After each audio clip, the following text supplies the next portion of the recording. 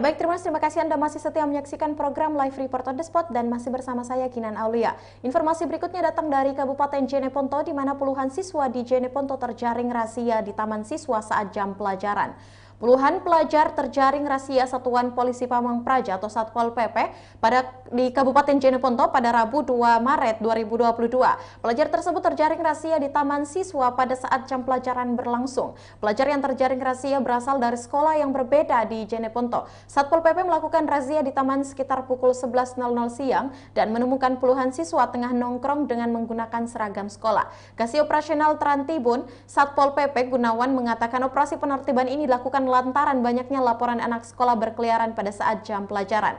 Kemudian seringkali melakukan tawuran atau perkelahian antar pelajar yang dapat meresahkan warga setempat. Untuk informasi lebih lengkapnya kita sudah terhubung bersama dengan reporter Rakib yang berada di lokasi. Halo, selamat siang rekan Rakib. Ya, selamat siang Kinang di studio. Ya baik, bisa Anda informasikan apakah siswa yang terjaring razia sering nongkrong di taman? Ya, seperti informasi yang disampaikan oleh warga yang ada di sekitar taman bahwa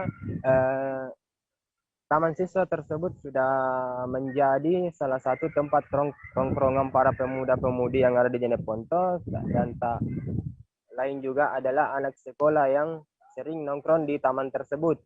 Nah, parahnya lagi, anak sekolah nongkrong tersebut pada saat jam pelajaran berlangsung dengan menggunakan seragam sekolah.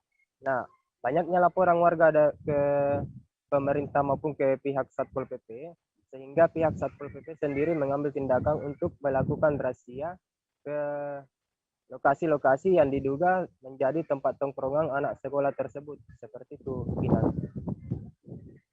Ya, di mana saja Satpol PP sering melakukan razia terhadap pelajar rekan Rakib? Nah, untuk sementara pihak Satpol PP ini melakukan razia di taman siswa khususnya karena di sana paling banyak laporan warga untuk dijadikan anak sekolah tempat tongkrongan. Yang kedua itu di Taman Turatea yang ada di jantung kota Jeneponto. Terus pihak Satpol PP juga akan menyasar kafe-kafe, warkop, dan utamanya juga Hotel Bintang Karaing yang ada di pesisir pantai, yang menjadi juga salah satu tempat tongkrongan para siswa untuk bolos atau tidak masuk belajar pada saat jam mata pelajaran. Seperti itu, Kinan. Ya, apa sanksi yang diberikan kepada pelajar yang terjaring razia?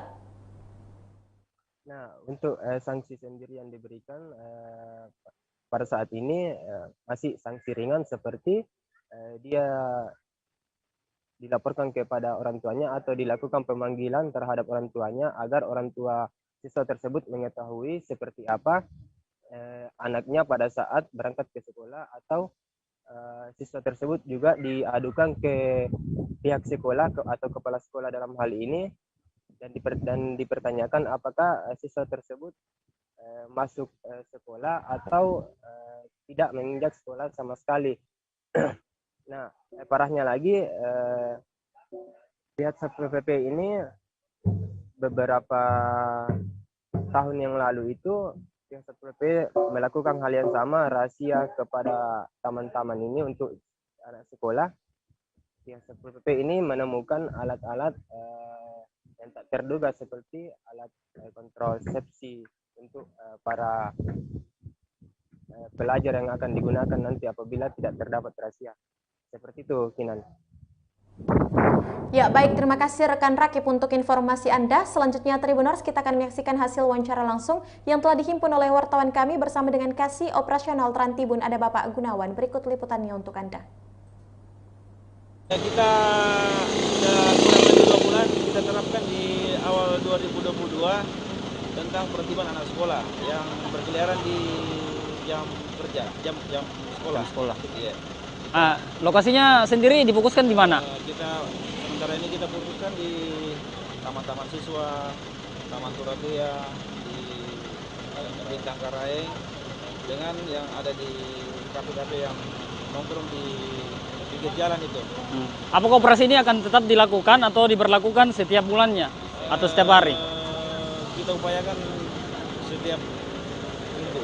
Setiap minggu. Bahkan apalagi sekarang banyak kita dengar informasi informasi dari warga atau dari pihak pemerintah bahwa adanya tawuran, tapi dia lokasinya di sekitar Mondo-Mondro. Nah. Nah, ini kan sudah puluhan yang terjaring ya Pak. Apa sanksi yang akan diberikan kepada siswa yang terjaring? Kita lakukan pembinaan, bawa ke kantor kita lakukan pembinaan. Untuk sementara kita panggil orang tua atau dari pihak sekolah. Operasi sendiri apakah akan difokuskan di daerah perkotaan saja atau setiap wilayah kecamatan? Untuk sementara di Binamo dulu. Di Binamo dulu. Karena di sini kan banyak taman-taman, ada banyak tempat nongkrong ya. Yang tak sepatutnya anak sekolah berjalan di waktu jam-jam sekolah. Sejak kapan aturan ini diberlakukan Pak? Sejak di tahun 2021 kayaknya kan. 2020 sudah ada aturannya tentang penertiban peserta anak didik. Sejauh ini sudah berapa jumlah siswa yang terjaring? Sudah banyak. Sudah banyak. Sudah tidak bisa dihitung. Jadi sudah ratusan ya Pak? Iya. Iya sudah ratusan kalau dihitung. Terkait dengan apalagi terjaringnya siswa, ini kan tidak ada yang didapati 1, 2, 3 kali pelanggaran. Pernah di tahun lalu misalnya digusur, rokok, lem-lem, bahkan pernah kita dapatin tidak tahu 1 tahun 2 tahun yang lalu alat kontrasepsi. Nah itu kita hindari. Pesan sendiri Pak untuk Ya, itulah tadi hasil wawancara bersama dengan Kasih Operasional Trantibun Bapak Gunawan, dan terima kasih rekan Rakib yang melaporkan langsung dari Jeneponto dan selamat bertugas kembali.